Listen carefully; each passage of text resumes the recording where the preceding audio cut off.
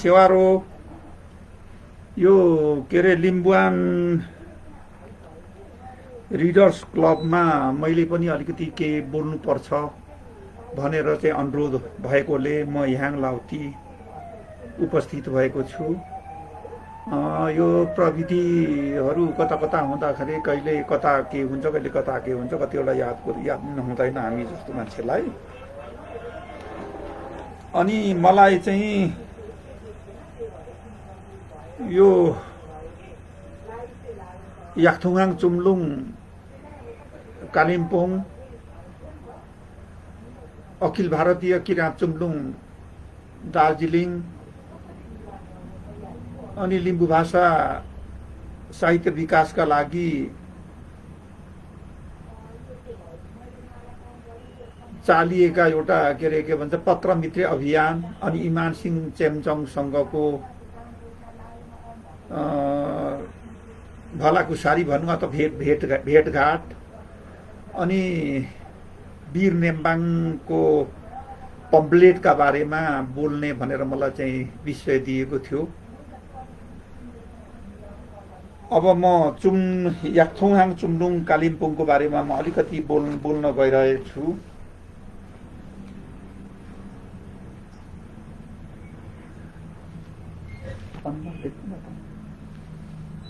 अनि बोल्न गइरहेछु। चुम्लुङ चाहिँ लिम्बू जातिसँग आदिकाल भन्नाले अब के अरे लिम्बू जातिको सभ्यता विकास भएदेखि नै चुम्लुङ चाहिँ लिम्बू जातिले आवश्यक अथवा आवश्यकता महसुस गरेर समय अनुसार आवश्यकता अनुसार प्रयोग गर्दै ल्याएको थियो। चुम्लुङ बसेर विभिन्न समस्याहरू समाधान गर्थे। पछिल्लो अवस्थामा सन् 1925 जुलाई 26 तारिकमा चाहिँ कालिम्पोङमा याकथुङहाङ चुम्लुङ भन्ने संस्थागत रूपले चुम्लुङ गठन भयो। यो कुरोहरू चाहिँ प्राय हाम्रा के अरे मान्छेहरूले त्यतिखेरको मान्छेले सुनेका थिए। कुनैबाट के अरे के भन्छ खबर त त्यतिखेर त्यति उ त थिएन र आउजाउ मान्छेबाट सुनिएको थियो। त्यही जस्तो मैले पनि सुनेको थिएँ कालिम्पोङमा चाहिँ चुम्लुङ छ भन्ने। अनि यो तर म चाहिँ कालिम्पोङ चाहिँ पुगेको थिइनँ त्यतिखेर। पुग्नु त पुगे तापनि चुम्लुङसँग मेरो सम्पर्क भएको थिएन। पछिल्लो अवस्थामा दार्जिलिङमा पनि अखिल भारतीय किराँत चुम्लुङ गठन भएको के अरे के भन्छ सुनियो। यो सम्झौँ विक्रम सम्वत चाहिँ 2024 सालतिर गठन भएको होला यो कालिम्पोङको चाहिँ के अरे दार्जिलिङको चाहिँ। अनि त्यसमा चाहिँ के भने दार्जिलिङ भनेको लिम्बुवान क्षेत्रको नजिक परेकोले पूर्वतिर जाने हामी जति पनि के अरे पूर्वतिर जानलाई त्यतिखेरको ठुलो बजार भनेको दार्जिलिङ नै हो। त्यसले गर्दा अलिक सानैमा पनि दार्जिलिङतिर पुगिन्थ्यो अथवा के अरे के भन्छ गइन्थ्यो। तर पछिल्लो अवस्थामा चाहिँ म पनि दार्जिलिङमा पुग्दाखेरि चुम्लुङ कतातिर छ भने मैले चुम्लुङ खोजेको थिएँ। अनि चुम्लुङ खोज्दाखेरि चुम्लुङ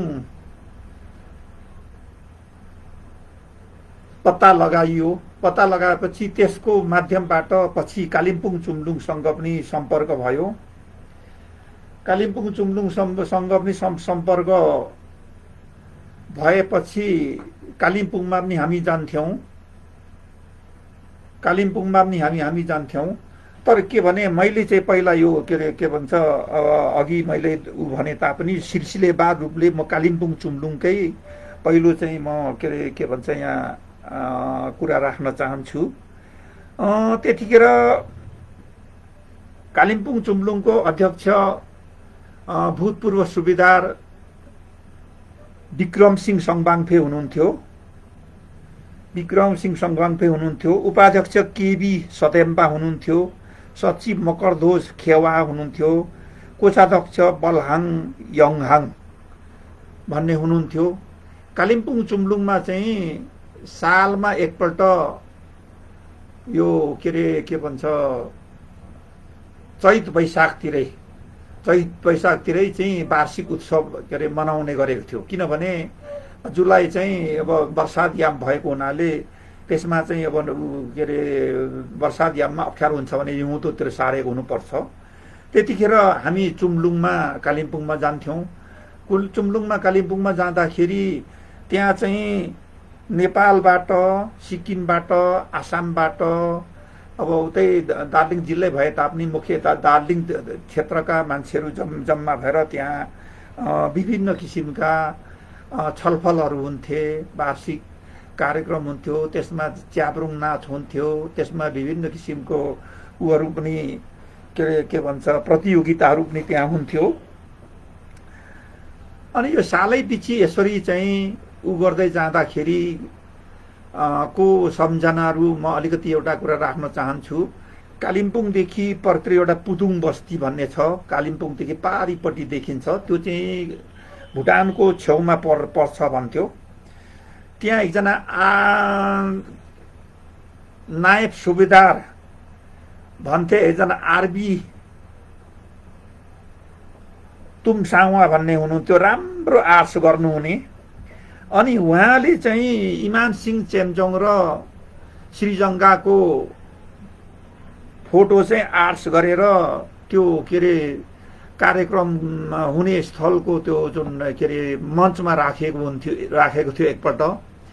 त्यो राख्दाखेरि चाहिँ त्यहाँ के थियो, के भयो भने इखोक युङ श्रीजङ्गाले जुन मर्ने बेलामा भनेको भन्छ, इखोक युङमा केबा मेल्लो, केबा बुङमा सेबा मेल्लो, सेबा केबा पुङमा हिङमानुले कुइगेबा पुङमा सिमानु रो आई याक्थुङ सक्छ हुदुङ सिंहले मेसेराङ सँग या मोतारो भनेर भनेकोमा चाहिँ त्यो कुइगेबा भनेको चाहिँ छुच्चो भनेर चाहिँ त्यहाँ अनुवाद गरेको थियो। अनि त्यो छुच्चो चाहिँ भएन, त्यो त वीर हो भनेर चाहिँ धेरैबाट त्यहाँ आवाज उठ्यो। आवाज उठेपछि उहाँले जुन जसले त्यो के अरे के भन्छ फोटो आर्ट्स गर्नुभएको थियो उहाँले तुरुन्त सच्याउनु भएको थियो। अनि अर्को एउटा महत्त्वपूर्ण कुरा चाहिँ त्यहाँ चाहिँ लालसोर सेन्ताङको शिष्य भन्थे त्यहाँ जम्मैले, एकदम आदरणीय व्यक्तित्व, आसाम शिवसागरबाट, आसाम अप्पर शिवसागर भन्थ्यो, त्यहाँबाट आउनुहुन्थ्यो। अनि उहाँ चाहिँ सुबेदार के अरे बाजवीर थलङको भतिजो भन्थ्यो उहाँलाई चाहिँ, जसले चाहिँ 1928 मा तुम याक्थुङ निमागु साबला लेख्नुभयो, उहाँको के अरे भतिजो भन्थे। अनि उहाँ र प्रताप सिंह पोमु भन्ने दुईजना नेता भएर आउँथे उसबाट के अरे आसामबाट उहाँहरू आउनुहुन्थ्यो। उहाँहरू आउनुहुँदाखेरि त्यहाँ के अरे नानीहरूलाई पनि एकदम लिम्बुनी तरिकाले लुगाहरू लगाएर, लिम्बुनी तरिकाले एकदम के अरे के भन्छ थुन्सेर बोकाएर यसो आउनुहुन्थ्यो। अनि उहाँ मनबहादुर थलङको बारेमा म अलिकति कुरा गर्छु। उहाँ बडा अचम्म खालको मान्छे हुनुहुन्थ्यो, किनभने उहाँ मलाई लाग्छ 70-80 वर्षको हुनुहुन्थ्यो। उमेर चाहिँ मैले सोधिनँ, 70-80 वर्षको उमेर हुनुपर्छ उहाँ। उहाँ जुत्ता लाउनुहुन्न थियो, उहाँको खुट्टाको कुर्कुचार प्याट्टै कता फुटेको, थुप्रै खुट्टाहरू फुटेको देखिन्थ्यो। अनि टोपी पनि जम्मै फाटिगएको, उहाँ लाउने आस्कोट पनि जम्मै फाटिगएको, उहाँको लाउने दौरा सुरुवाल पनि फाटिगएको, ठाउँमा टालेको हुन्थ्यो। अनि त्यो उहाँले एउटा झोला बोकेको हुन्थ्यो, त्यो झोला कसैलाई पनि छुनु दिनुहुन्न थियो। त्यसमा के थियो मलाई याद भएन। अनि उहाँले चाहिँ ठ्याक्कै एक ठाउँ बसेपछि फुर्सद भयो भने त्यहाँबाट सियो निकालेर उहाँले त्यो आफ्नो लुगा टाल्नु थालिहाल्नुहुन्थ्यो उहाँले। तर उहाँको अवस्था, उहाँको जुन के अरे अब लुगा लगाई उहाँको हाउभाउ चाहिँ त्यो खालको, अनि हाँसी बस्ने, टोपी चाहिँ ठाडो तपाईँको निधार देखाएर फर्काएर, निधारदेखि अझ धेरै फर्काएर टोपी लाउने, अनि त्यो खालको उहाँको हाउभाउ चाहिँ त्यस्तो खालको हुनुहुन्थ्यो। तर उहाँलाई चाहिँ कालिम्पोङमा अति नै, कालिम्पोङ चुम्लुङमा अति नै आदरणीय व्यक्तिको रूपमा उहाँलाई मानिन्थ्यो। उहाँलाई त्यहाँ मुन्धुङ्गे शाह भनिन्थ्यो, मनबहादुर थलङ मुन्धुङ्गे शाह। अनि उहाँलाई चाहिँ चुम्लुङले उपदेष्टा भनेर उहाँलाई चाहिँ पद दिएको थियो। उहाँले भनेका कुराहरू त्यहाँ चुम्लुङमा सकभर काटिँदैन थियो। उहाँले भनिसकेपछि त्यो एक प्रकारले अब कालिम्पोङका मान्छे विशेष गरेर कालिम्पोङका याक्थुङबारले काट्नुहुन्न थियो, उहाँहरूले चाहिँ काट्नुहुन्न थियो। अनि एकजना घुममा एनडी पालुङमा सुबेदार एनडी पालुङमा भन्ने बस्नुहुन्थ्यो।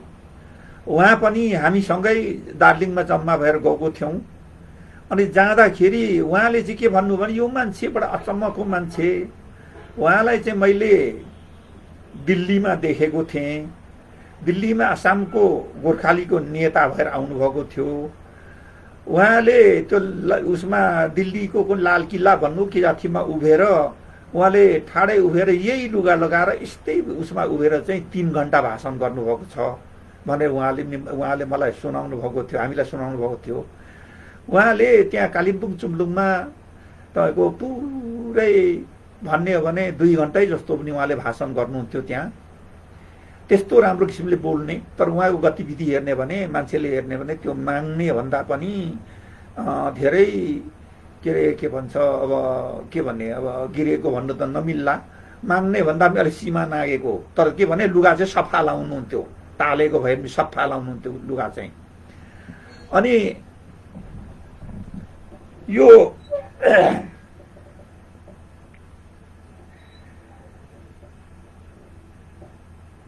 उहाँले एउटा के भन्छ त्यहाँ प्रार्थना गर्ने एउटा पम्पलेट छपाउनु भएको थियो।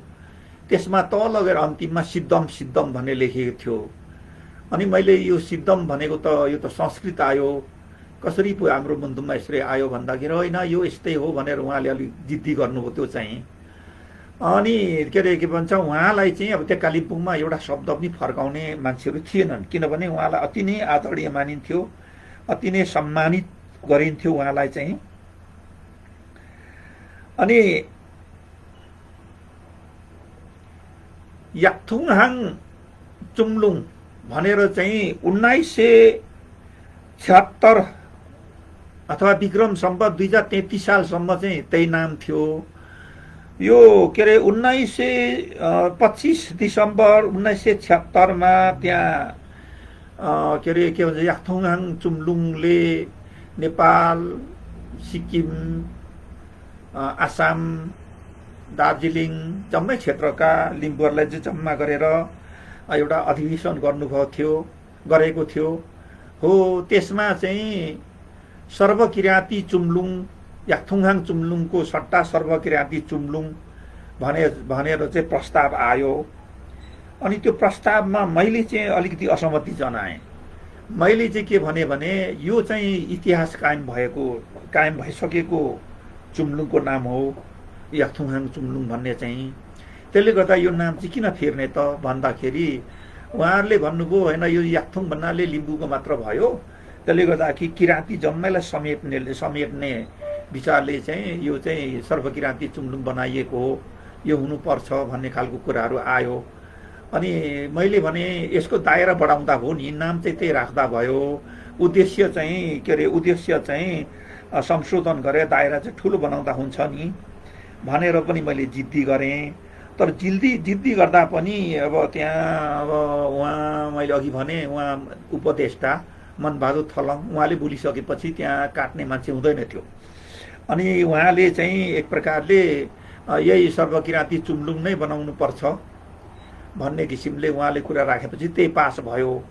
त्यही पास भएपछि 1925 देखि 1976 सालसम्म याक्थुङहाङ चुम्लुङ भनेर नामाकरण गरिएको चुम्लुङको नाम सर्वकिराँती चुम्लुङ बनाइयो।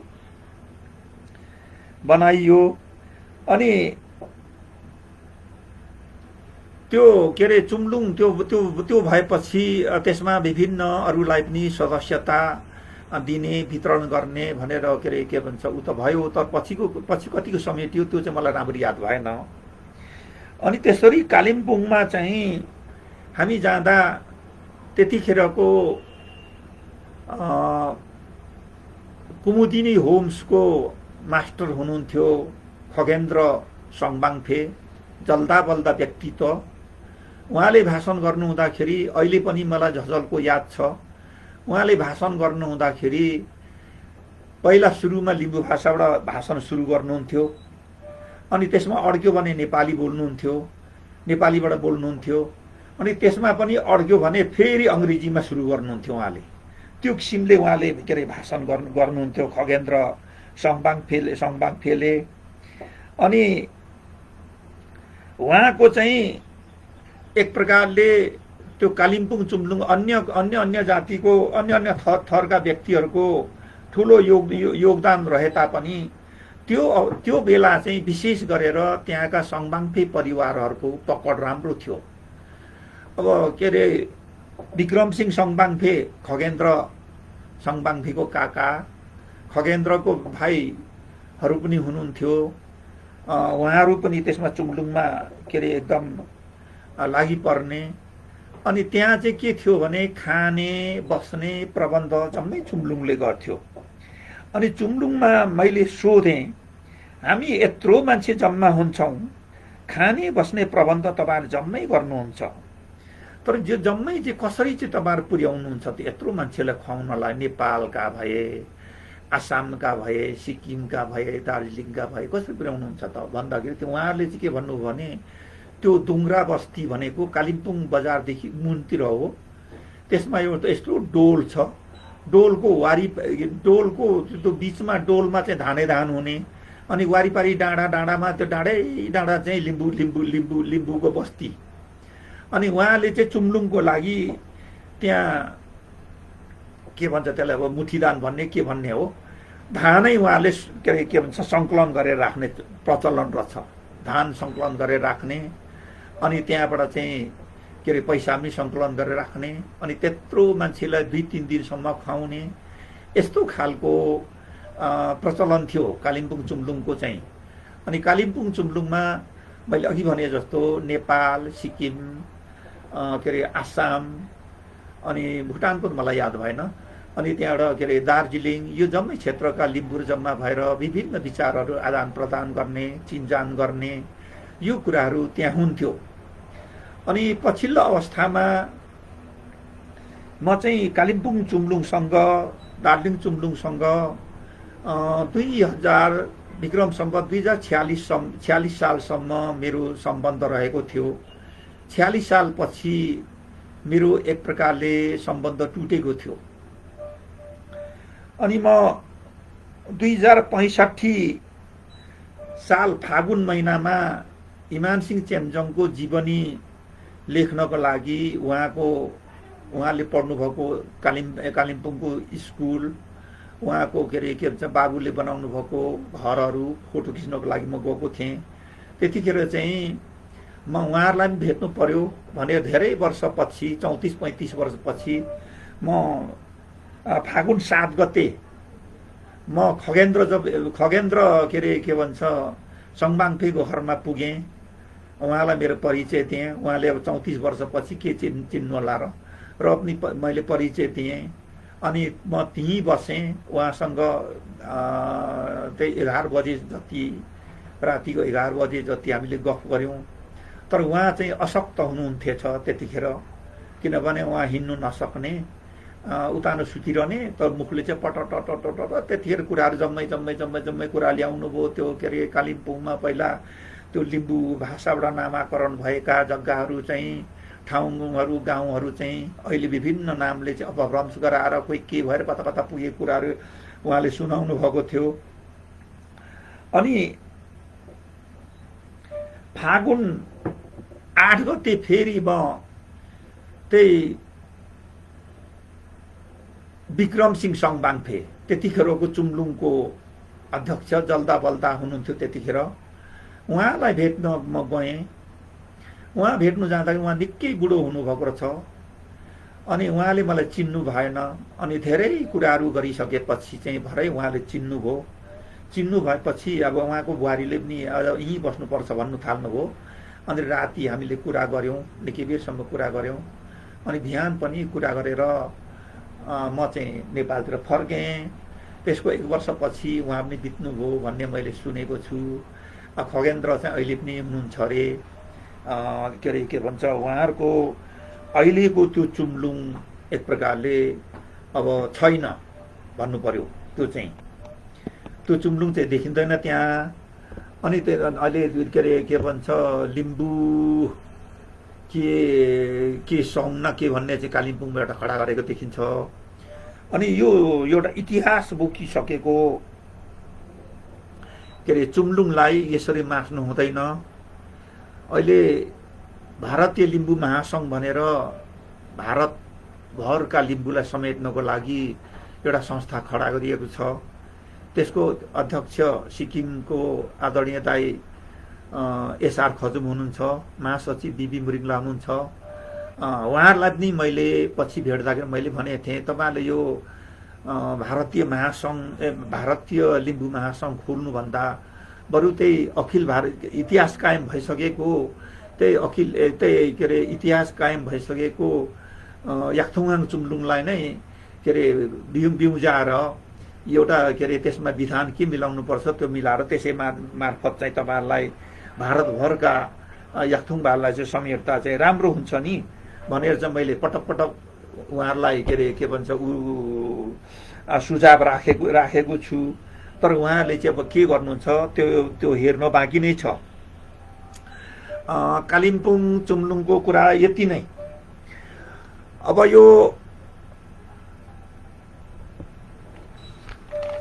यो अखिल भारतीय किराँत चुम्लुङ दार्जिलिङ, अखिल भारतीय किराँत चुम्लुङ दार्जिलिङ तपाईँको के भन्छ दार्जिलिङ चाहिँ यो दार्जिलिङको सी बिल्डिङ 10 र 11 नम्बर कोठामा थियो यो चुम्लुङ। अनि यो चुम्लुङमा चाहिँ के भयो भने समय समयमा चुम्लुङको अधिवेशन चाहिँ हुन्थ्यो, तर त्यति नियमित रूपले चाहिँ चुम्लुङको अधिवेशन हुँदैन थियो दार्जिलिङ चुम्लुङमा। यो त्यसमा चाहिँ मुख्य कुरो एउटा के भन्छ बिँडो थाम्ने भनौँ, बिँडो थाम्ने चाहिँ त्यतिखेर जसाङ मादेन हुनुहुन्थ्यो, सिक्किमको मालबाँसे निवासी जसाङ मादेन। उहाँ चाहिँ 2007 सालमा नेपालको 2007 साल क्रान्तिमा पनि भाग लिनुभएको रहेछ। पछिल्लो अवस्थामा मैले यो कुरो याद पाएँ। अनि 2009 सालमा 5 थरको आङस्राङमा सायद प्रथमपल्ट हुनुपर्छ, विश्वमै प्रथमपल्ट हुनुपर्छ, लिम्बू भाषाको कवि गोष्ठी भएको रहेछ हिमालसिंह चेम्चङको अगुवाईमा हो। त्यसमा पनि जसाङ मादेन चाहिँ उपस्थित भएको त्यहाँ पनि देखिन्छ। अनि उहाँ जसाङ मादेन त्यो चुम्लुङको मुख्य बिँडो थाम्ने उहाँ हुनुहुन्थ्यो। अनि त्यसपछि चाहिँ के भने एकजना मेरो दाजुभाइ दाई लक्ष्मण लावती जोरबाङ्ला बस्नुहुन्थ्यो, उहाँ हुनुहुन्थ्यो। मुख्य 2 जना नै हुन् त्यतिकै त्यहाँको चुम्लुङको के भन्छ मुख्य थाम्नेहरू चाहिँ। अनि त्यसमा सधैँ समय समयमा आउने भनेको एकजना हिलियाङ काम्बाङ भन्ने हुनुहुन्थ्यो। लथममा बाँसबोटे उहाँको गाउँ चाहिँ। अब लथममा बाँसबोटे भने कतापट्टि पर्छ, दार्जिलिङ जिल्लै हो यो, उता बुधबारेपट्टि कतापट्टि पर्छ अरे। अनि उहाँ उहाँ आउनुहुन्थ्यो निकै टाढोबाट। अनि एकजना एमपी मा थक्लेङ भन्ने आउनुहुन्थ्यो, पश्चिम बङ्गाल पुलिस उहाँ चाहिँ डब्लुबिपी। अनि उहाँ चाहिँ युनिफर्म नै लगाएर डब्लुबिपीको युनिफर्म नै लगाएर मिटिङमा आउनुहुन्थ्यो। ती दार्जिलिङमै उहाँको ड्युटी हुन्थ्यो। तर उहाँ चाहिँ उहाँको कुममा म हेर्थेँ डब्लुबिपी नै लेखेको के भन्छ कुम ब्याज हुन्थ्यो। अनि युनिफर्म लगाएर मिटिङमा आउनुहुन्थ्यो।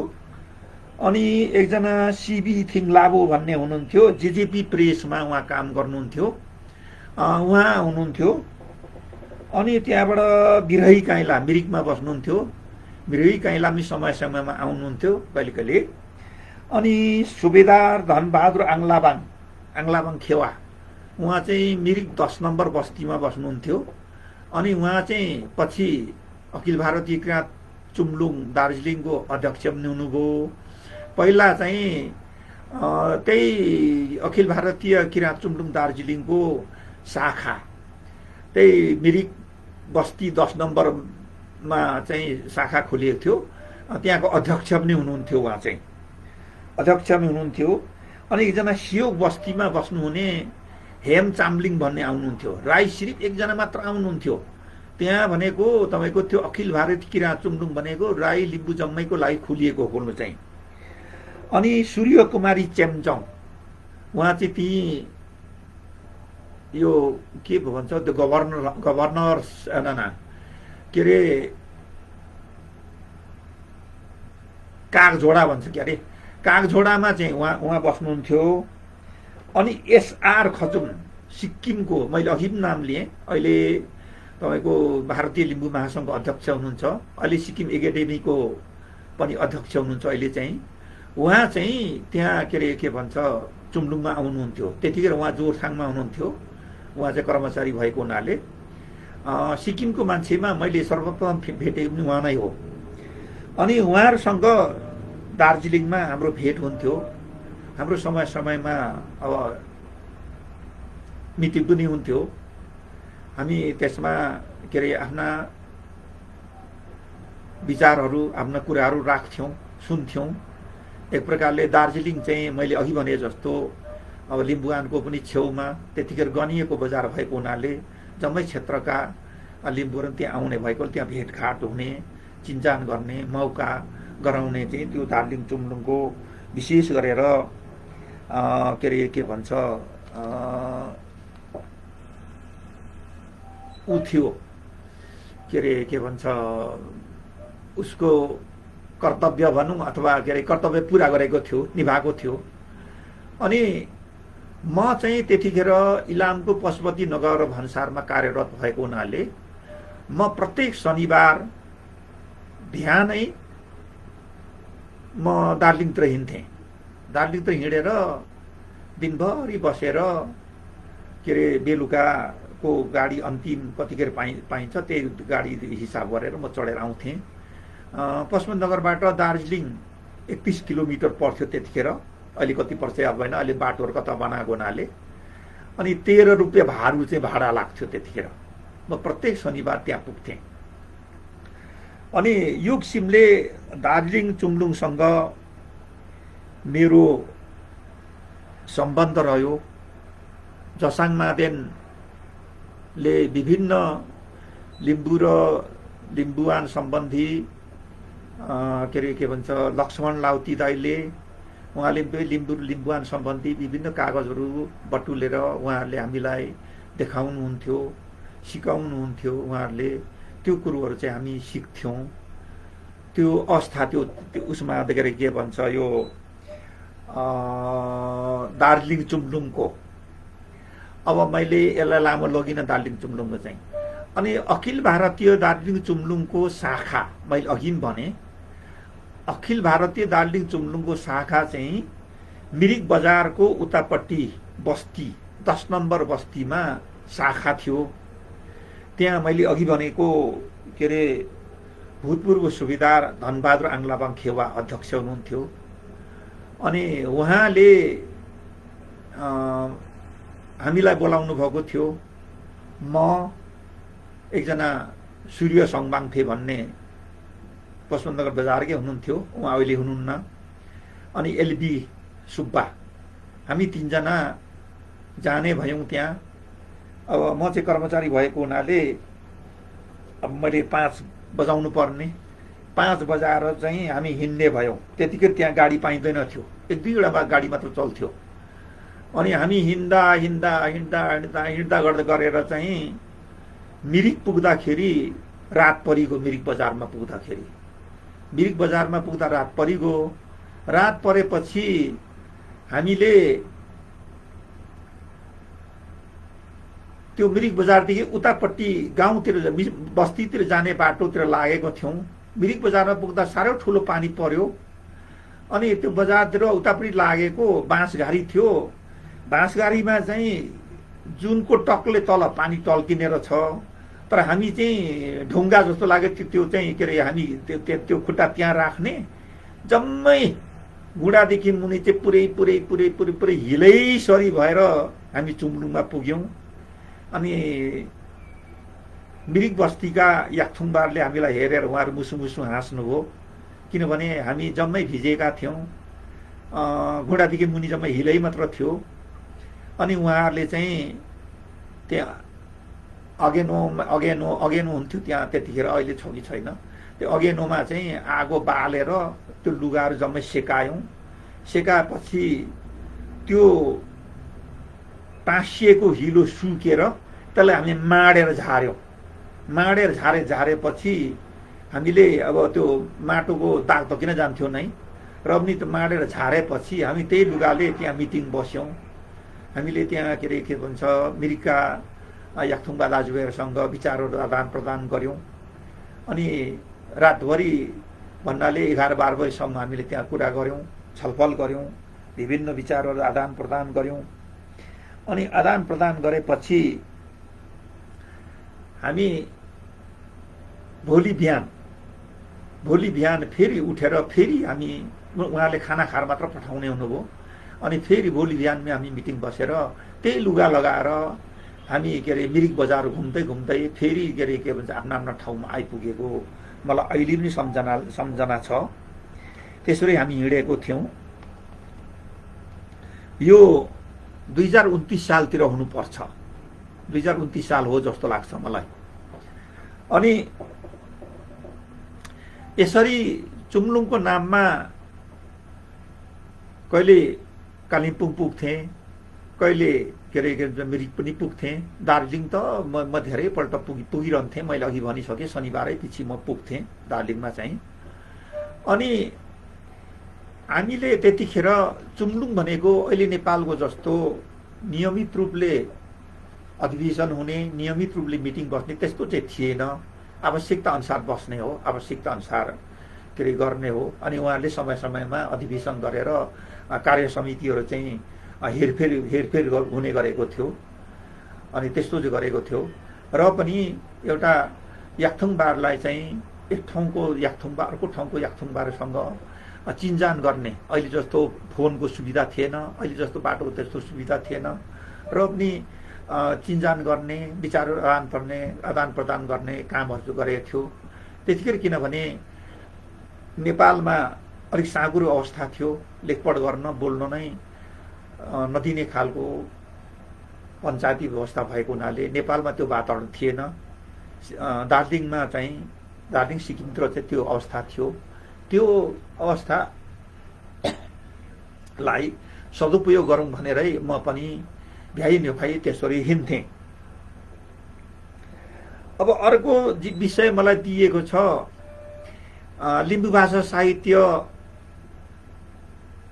विकासका लागि पत्र मित्र अभियान। यो चाहिँ के हो भने मैले सुने अनुसार अब मान्छेहरूले भने अनुसार लिम्बू भाषाको आफ्नै लिपि छ, आफ्नै के भन्छ भाषा पनि विकसित छ भन्ने कुरा चाहिँ मैले सानैमा पनि सुनेको हुँ। अनि मैले अलिक सानै भन्नाले साह्रै सानो त होइन, 16, 17, 18 वर्षतिर नै मैले चाहिँ आफ्नो लिपिहरू चाहिँ सिक्ने मौका पाएको थिएँ। त्यो चाहिँ इमान सिंह चेम्जोङ, मनबहादुर खामदार, पदमसिंह रिङ्ला भएर सन् 1951मा कान्तोकबाट प्रकाशित गरेको तुम याक्थुङ निङाबु साप्ला र याक्थुङ निसिगे साप्ला भन्ने चाहिँ मैले पहिले नै पाएको थिएँ। त्यसले गर्दाखेरि मैले त्यसबाट म सिकेको थिएँ। अनि पछिल्लो त्यसमा चाहिँ संयुक्त अक्षर थिएन, सही दिएर चाहिँ त्यसलाई चाहिँ संयुक्त बनाउने गरिएको थियो। पछिल्लो अवस्थामा 1926 होला, फेरि 26 अनि विक्रम सम्वत 2026 श्रद्धेय इमान सिंह चेम्जोङले तुम याक्थुङ निङाबु साप्ला भनेर फेरि त्यो संयुक्त अक्षर सहितको उहाँले त्यो के भन्छ वर्णमाला भनौँ त्यो निकाल्नुभयो, त्यो पाएँ मैले, त्यसबाट मैले सिकेँ। अनि सिकेपछि हामीले चाहिँ हामीलाई एक प्रकारले के महसुस गरियो भने यसको प्रचारको लागि अब चिठी चाहिँ लेखौँ त भनेर 2-4 जना साथीहरूसँग हामी चिठी लेख्न थाल्यौँ। थाल्दै के भयो भने सिक्किमतिर पनि यो कुरोहरू चलेको रहेछ, मलाई याद भएन त्यो कुरो चाहिँ। अनि पछिबाट के भने सिक्किमबाट पनि मलाई चिठीहरू आयो। अहिले बिपी मुरिङलाले पनि मलाई चिठी लेख्नु भएको थियो। के अरे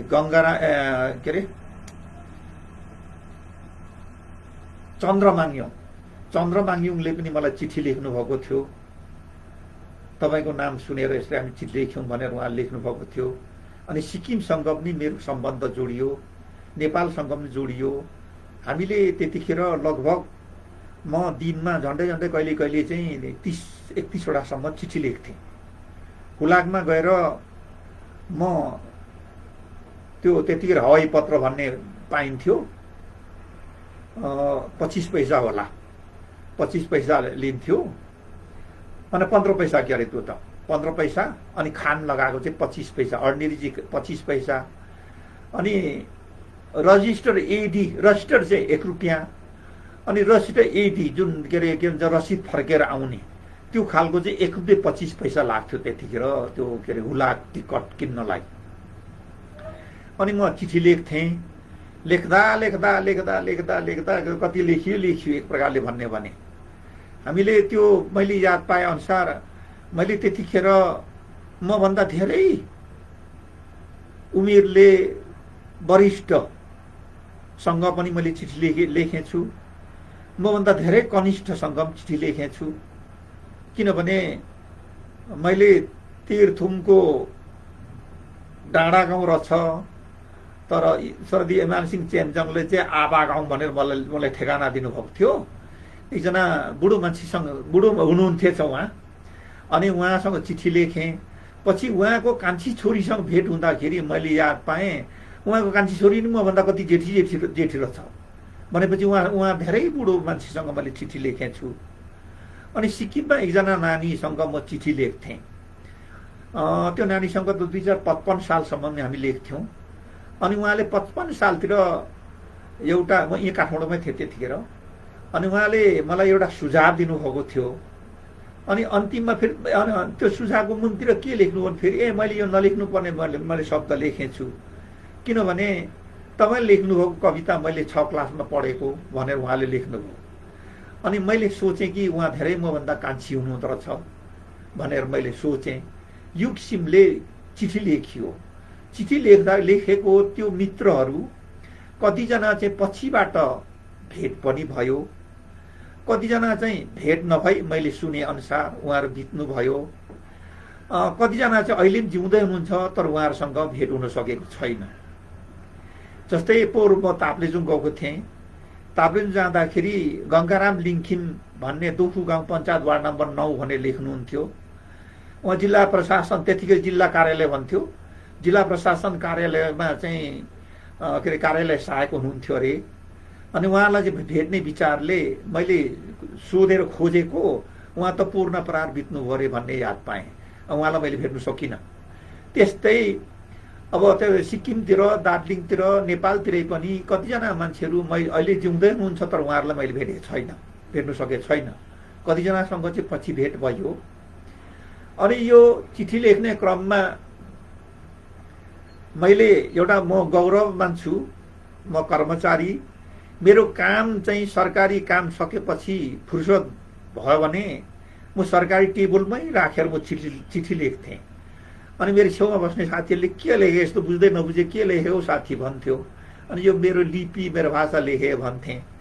त्यो अवस्थामा कतिजना मान्छेहरूलाई चाहिँ थुनेर कुटेर दुनियार गरेको कुराहरू पनि सुनियो।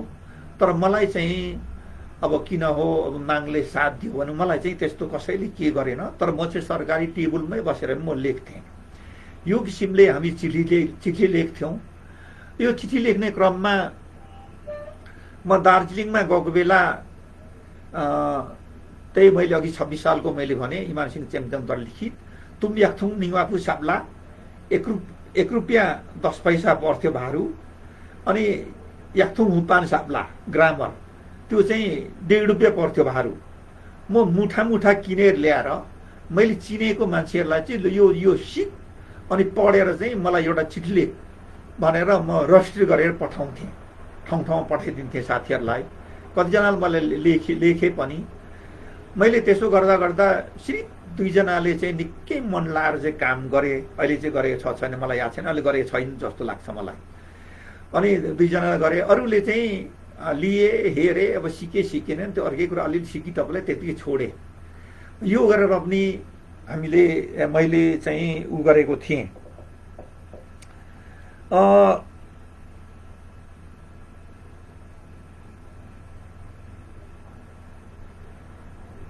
अनि हामीले चिठी लेख्दाखेरि के गरे चिठी लेख्थ्यौँ भने एउटा लिस्ट नै बनाउँथ्यौँ मान्छेको। यहाँ पनि चिठी लेख है यो मान्छेकोमा, यसले पनि मन गर्छ, यहाँ पनि चिठी लेख भने चिठी लेख्ने, त्यही मान्छेकोमा चिठी लेख्ने। त्यो कहाँको मान्छे लामो लामो चिठीमा चाहिँ लामो लामो लिस्टहरू छ। अरू साथीहरूले चाहिँ कता फ्याँके होला, कता के गरे होला। मेरो 1-2वटा के भन्छ हरायो होला वरपर हिँडिँदा। तर मेरोमा चाहिँ सम्पूर्ण जम्मै मैले फाइलिङ गरेर यहाँ 4टा फाइल मसँग छँदैछ, त्यो साथीहरूले चिठी लेखेको कुराहरू। त्यसबाट जम्मै देखिन्छ त्यो कुराहरू। अनि यो किसिमले हामी चिठी लेख्थ्यौँ। अनि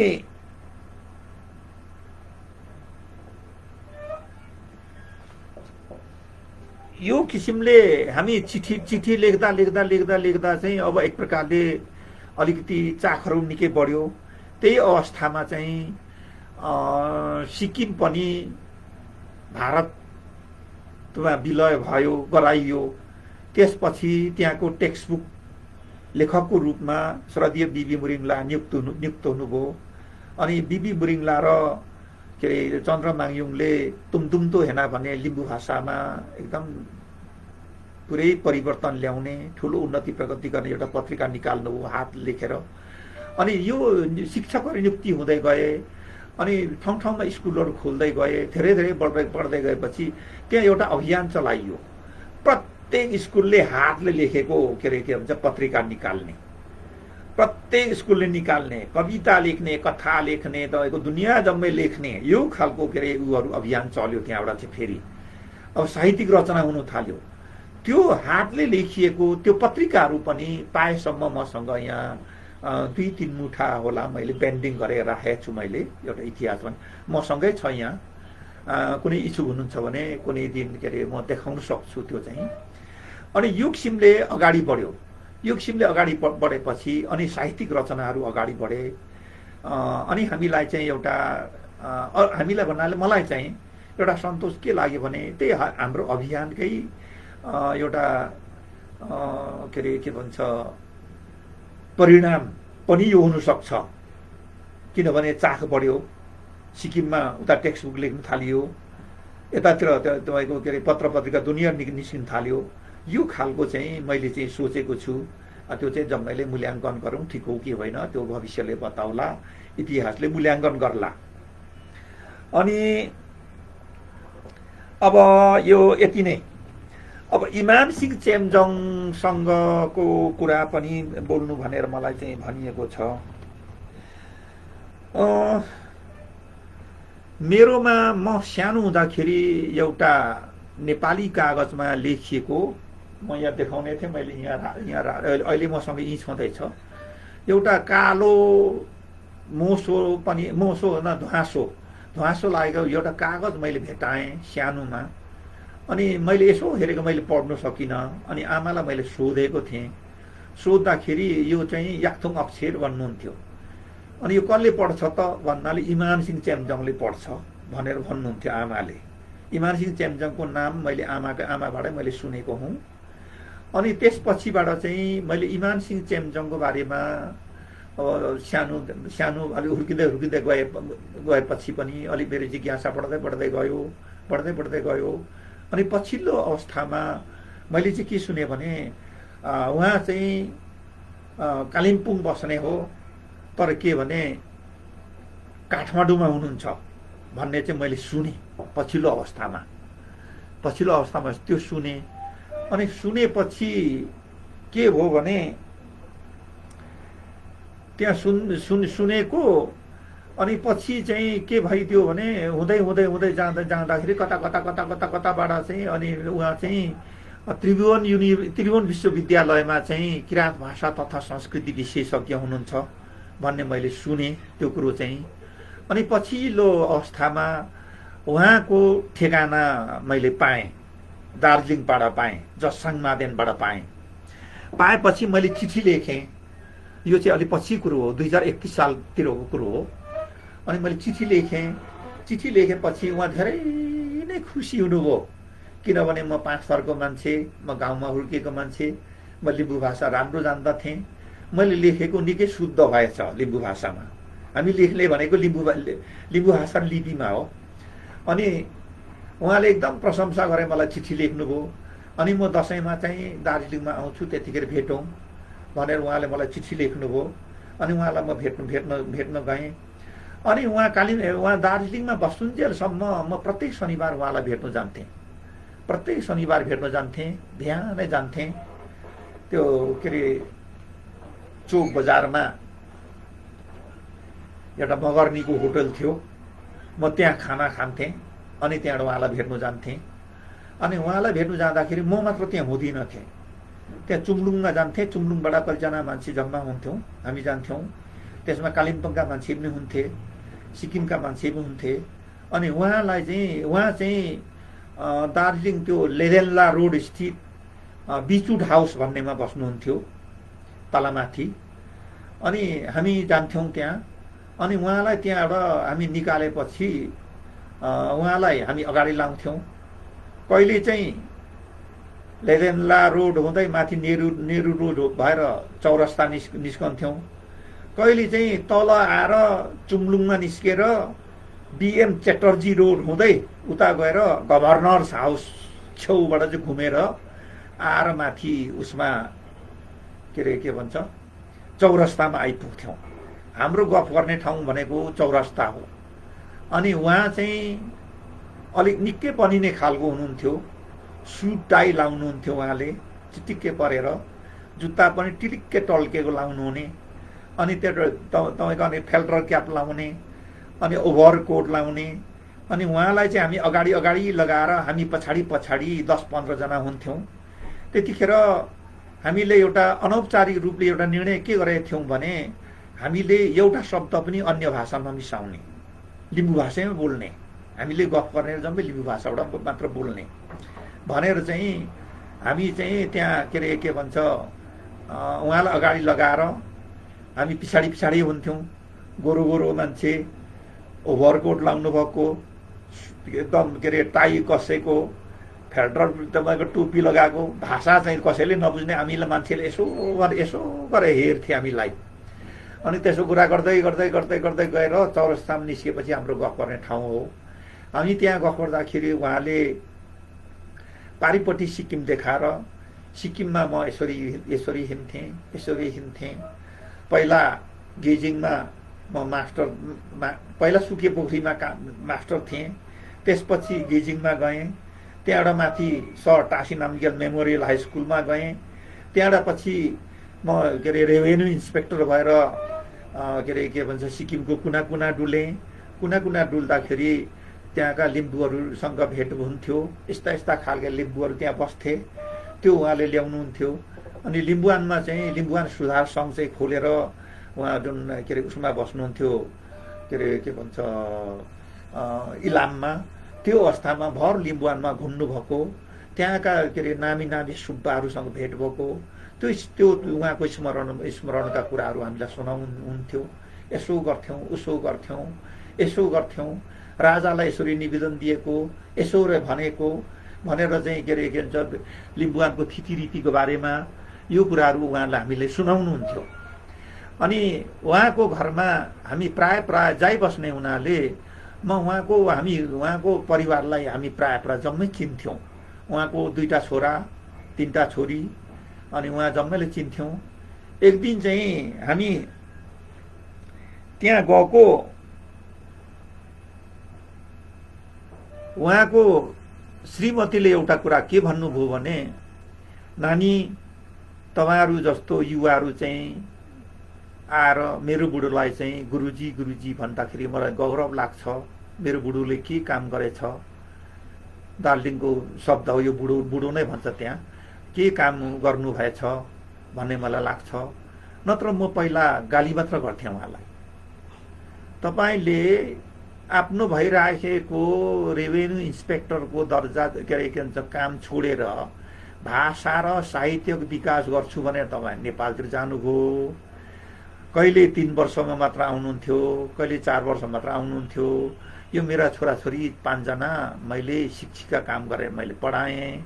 उहाँ चाहिँ त्यसो गर्नुहुन्थ्यो। अनि तपाईँको मान्छेले चाहिँ तपाईँको कामको मूल्याङ्कन गरे खोइ भनेर म के उहाँसँग प्रश्न गर्थेँ।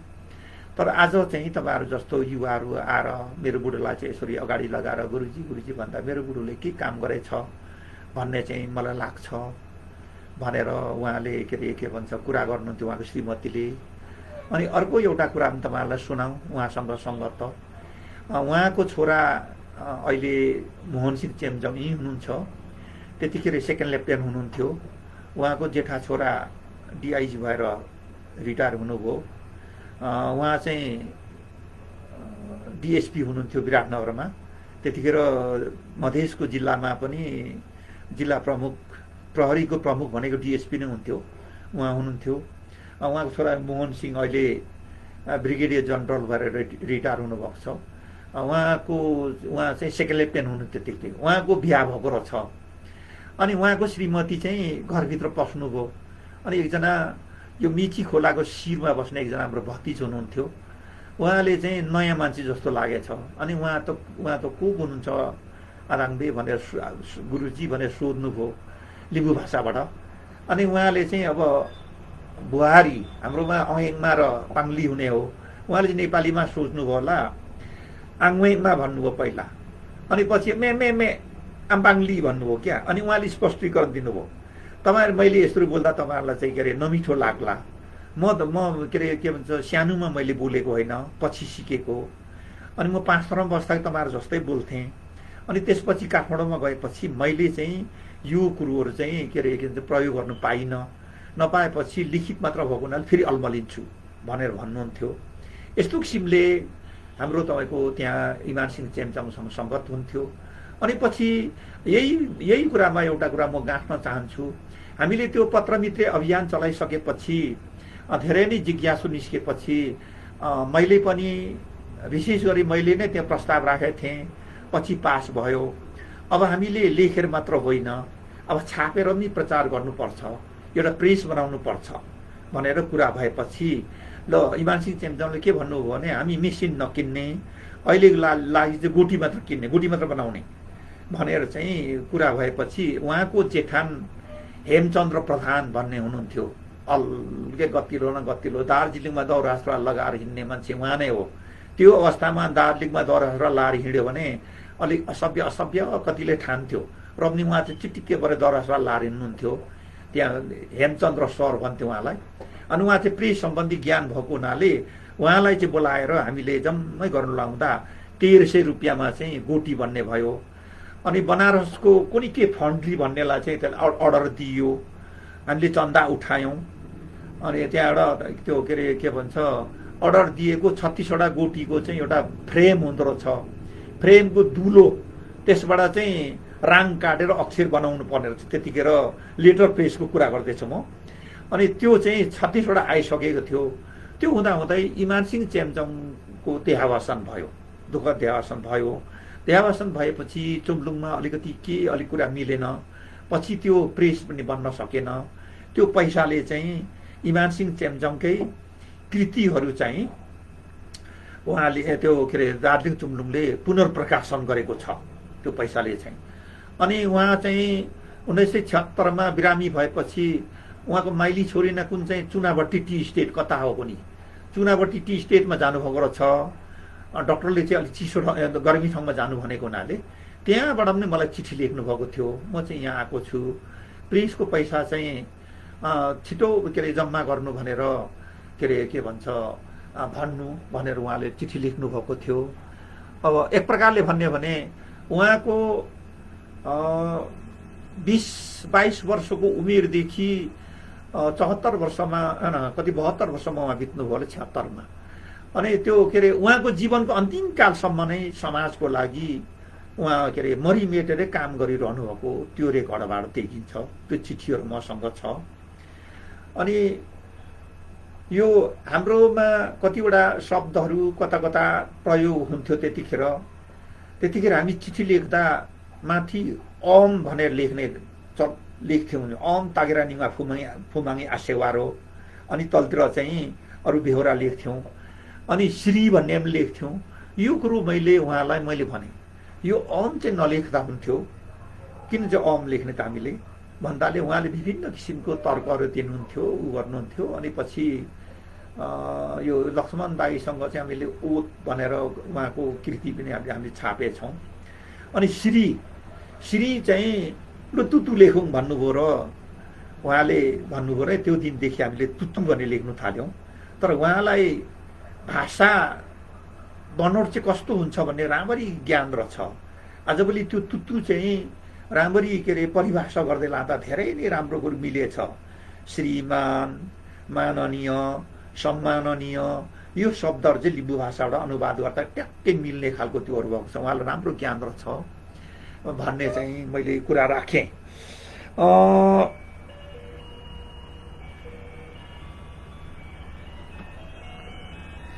उहाँको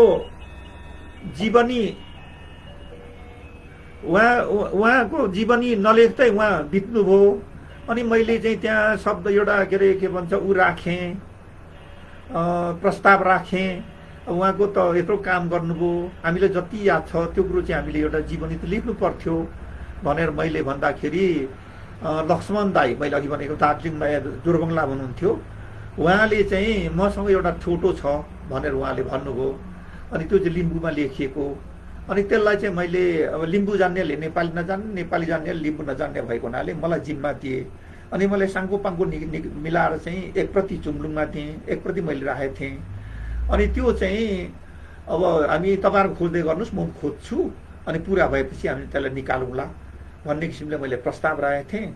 पछि चाहिँ अब मलाई नसोधिकन कोनी केशर कुमार लिम्बू चाहिँ लेखक भएर, तर मेरो नाम चाहिँ त्यहाँ लेखेको छ, यो जीवनी चाहिँ उहाँले खोजेको भनेर उहाँले चाहिँ निकाल्नुभयो त्यो जीवनी चाहिँ। अनि त्यतिकै रहेको थियो। अनि त्यसलाई चाहिँ विस्तृत रूपले चाहिँ अलि लेख्ने भनेर चाहिँ मैले चाहिँ कागज छुट्याएको छु, जम्मा गरेको छु। अब त्यो कतिको लेख्न सक्छु, लेख्ने चाहिँ मैले कोसिस गरेको छु। अब यो लेखौँला। अब समय चाहिँ सक्नु लाग्यो। अब यो के अरे अर्को के अरे हाम्रो यो के अरे वीर नेम्बाङको पम्पलेटको बारेमा पनि मलाई के अरे कुरा आएको छ होइन। अब वीर नेम्बाङको पम्पलेटको बारेमा कुरा गर्नुपर्दा म झापामा थिएँ त्यतिखेर। अनि त्यही लक्ष्मण दाईले मलाई चिठी लेख्नुभयो, लु वीर नेम्बाङ दार्जिलिङमा आउ। यो 35 सालको कुरो हो, 2035 सालको कुरो हो। वीर नेम्बाङ चाहिँ दार्जिलिङमा आउनुभएको थियो, हामीले भनेको कुरा सुनेन, चिठी लेख्नु बन्द गर है भनेर मलाई चिठी लेख्नुभयो। अनि के अरे के भन्छ मलाई चिठी लेख्नुभयो। अनि बिबी मुरिङलाले मलाई लेख्नुभयो दार्जिलिङमा के अरे वीर नेम्बाङसँग मेरो भेट भएको थियो, मैले भनेको कुरा सुनेन, उसको कुरा चाहिँ मलाई मन परेन भनेर उहाँले मलाई चिठी लेख्नुभयो। अनि मैले त चिठी बन्द गरेँ, किनभने त्यतिखेर त अप्ठ्यारो खालको थियो, हामी त एकदम साँगुरो तरिकाले त्यो काम गरिराखे मात्र हो। चिठी लेख्नु मैले बन्द गरेँ। अनि पछि नकुल काजीद्वारा सम्पादित प्रकाशित, म चिन्दिनँ उहाँलाई, नाम मात्रै याद छ, त्यतिखेरको मेची अञ्चलमा निकै राम्रो पत्रिका विवेचना भन्ने पत्रिका निस्किन्थ्यो। अहिले छ कि छैन मलाई याद छैन। अनि त्यो पत्रिका पो मैले यसो पल्टाएर हेरेको त लामो यत्रो रातो अक्षरले किराँती साहित्यमा राजनीतिक दाउपे भने लेखेको रहेछ। अनि यस्तो हेरे पढेको त होइन, मान्छेहरू त जम्मै के अरे चन्द्रगढीमा ल्याएर के अरे थुनेर राखेको रहेछ। मलाई यादै भएन, म झापामै थिएँ। अनि के चाहिँ निकालेछ त्यो पम्पलेट चाहिँ के अरे बाँड्दै लगेर वीर नेम्बाङले बाँड्दै लगेर पर के जान्थ्यो अरे मदन मेलामा भाषण गर्यो अरे। अनि त्यहाँबाट माथि ताप्लेजुङमा चाहिँ फुङलिङमा पुग्दाखेरि चाहिँ त्यहाँबाट पक्रेर ल्यायो भने लेखेको थियो। के रहेछ त जस्तो लाग्यो। अनि त्यतिखेर नेपालबाट दार्जिलिङ जानुलाई उही हिँडे जाने टाढै थियो। अनि म काँक्रेभिट्टाबाट सिलगढीतिर लागेँ।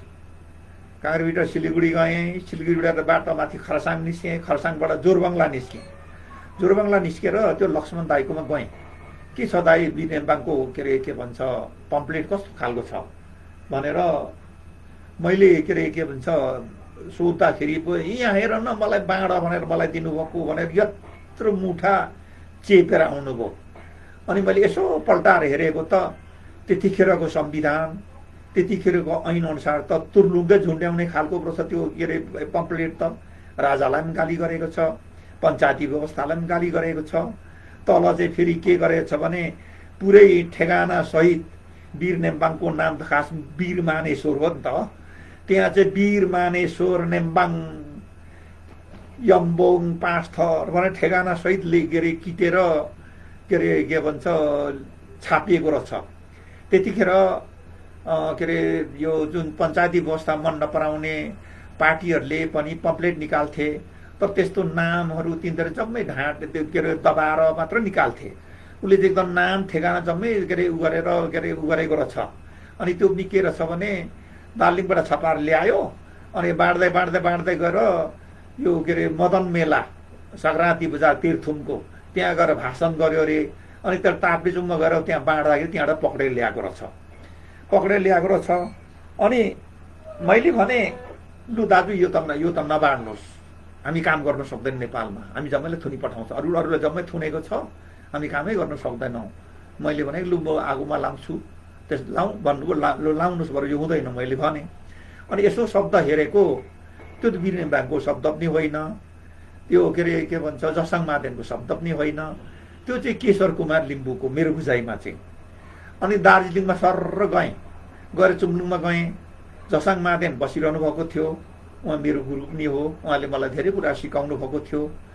अनि त्यहाँबाट मैले भने दाइ तपाईँहरूले के गर्नुभएको यो त, तपाईँहरूकोमा पनि यहाँ गणतन्त्र देश छ, हाम्रो राजतन्त्र छ, यस्तो एकदलीय व्यवस्था छ, त्यहाँको कानुन अर्कै छ, त्यहाँको संविधान अर्कै छ, हामी त कामै गर्न सक्दैनौँ, हामी जम्मै थुनी पठाउँछ। तपाईँहरूकोमा पनि सजिलो छ त, अरू जम्मै थुनिसकेको रहेछ, के गर्नुभएको मैले हामीले गरेको होइन भन्नुभयो उहाँले। तर के भने तपाईँले गर्नुभएको होइन, तपाईँले चाहिँ सहजता मिलाउनु भएको हो, तपाईँको के अरे के भन्छ लेखाइ पनि होइन, वीर नेम्बाङको लेखाइ पनि होइन, यो चाहिँ केशर कुमार लिम्बूको लेखाइ हो। यो चाहिँ तपाईँले के गर्नुभएको भनेको हात चाहिँ यस्तो पारेर लिम्बू भाषाबाट के लक्ष्य मखी फुक सेवा भनेर भन्नुभयो।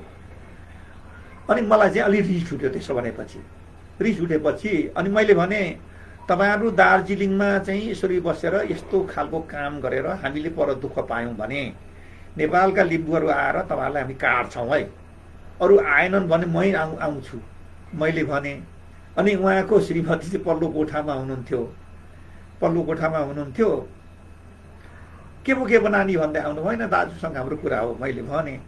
बबरा मेरो गुरु जस्तो मान्छे, मभन्दा धेरै के अरे उमेरको मान्छे, उहाँको मन दुख्यो होला, उहाँ त घोप्टो पर्नुभयो, मेरो अनुहारै हेर्नु छोड्नु बोल्नु पनि छोड्नुभयो। अनि अन्तिममा मैले भने दाजु यस्तो काम गर्नु भने हामी राम्रो मान्दैनौँ है भनेर मैले बिदा मागेर आएँ। पछि दार्जिलिङमा एकपल्ट भेट भएको, मैले नमस्ते गर्दा उहाँले नमस्ते पनि थाप्नु भएन। मेरो अनुहार एकपल्ट हेरेपछि मेरो अनुहारै पनि हेर्नु चाहनु भएन, त्यो के अरे पब्लिकले गर्दा। अनि यो के अरे के भन्छ अधिकार प्राप्तिको लागि हाम्रो गुमेका कतिवटा के अरे कुराहरू फेरि प्राप्त हुन्छ कि भनेर काम गर्ने मान्छेहरू यस्ता थुप्रै मान्छेहरू छन्। भाषाको क्षेत्रमा, साहित्यको क्षेत्रमा, सामाजिक क्षेत्रमा यस्ता काम गर्ने धेरै धेरै मान्छेहरू छन्। अनि त्यसमा चाहिँ के भने जुन त्यो पम्पलेट अन्तर्गत पक्राउ गरिएको मान्छेहरू चाहिँ वीर नेम्बाङ, अनि यो के अरे के भन्छ इलामदेखि पारिपट्टि सिरिसे बस्ने आसाङ मादेन, अनि यो मैले अघि भने तपाईँको ताप्लेजुङको दोखु गाउँ पञ्चायत वार्ड नम्बर 9 लेख्नुहुन्थ्यो, गङ्गाराम लिङ्खिम, पृथ्वी बहादुर महादेन चाहिँ उसकै भुङलिङ्के हो क्या अरे, अनि प्रमिला नेम्बाङ, उर्मिला नेम्बाङ भनेको चाहिँ यो के अरे के भन्छ पवा सातापको हुनुहुन्छ। उहाँहरू जम्मैलाई चाहिँ पक्रेछ, गिरफ्तार गर्यो। गिरफ्तार गरेपछि यो के अरे के भन्छ अरूलाई चाहिँ कागज गराएर कायलनामा गराएर भनौँ न, कायलनामा गराएर अरूलाई छोडिदिएछ। अनि यो के अरे के भन्छ वीर नेम्बाङ, आसाङ मादेन र गङ्गाराम लिङ्खिमलाई चाहिँ चन्द्रगढी जेलमा लगेर थुनिएको थियो। अनि 6 महिना कैद भुक्तान भएपछि गङ्गाराम लिङ्खिमलाई छोडियो। वीर नेम्बाङ र आसाङ मादेनलाई चाहिँ 2036 सालमा पञ्चायती व्यवस्था दलीय व्यवस्था रोज्ने कि बहुदलीय व्यवस्था रोज्ने भने जन्म सङ्ग्रह राजाबाट घोषणा भएको थियो। त्यतिकै आम माफी घोषणा भएकोमा चाहिँ त्यही आम माफीकै लिस्टमा चाहिँ उहाँहरू चाहिँ के अरे के भन्छ जेलमुक्त हुनुभएको पाइन्छ। यो खालका कुराहरू धेरै कुराहरू छन्, अरू पनि छन्, कुरा गर्दै जाउँला। आजलाई चाहिँ मैले यतिमै कुरा टुङ्ग्याएँ। सेवारो।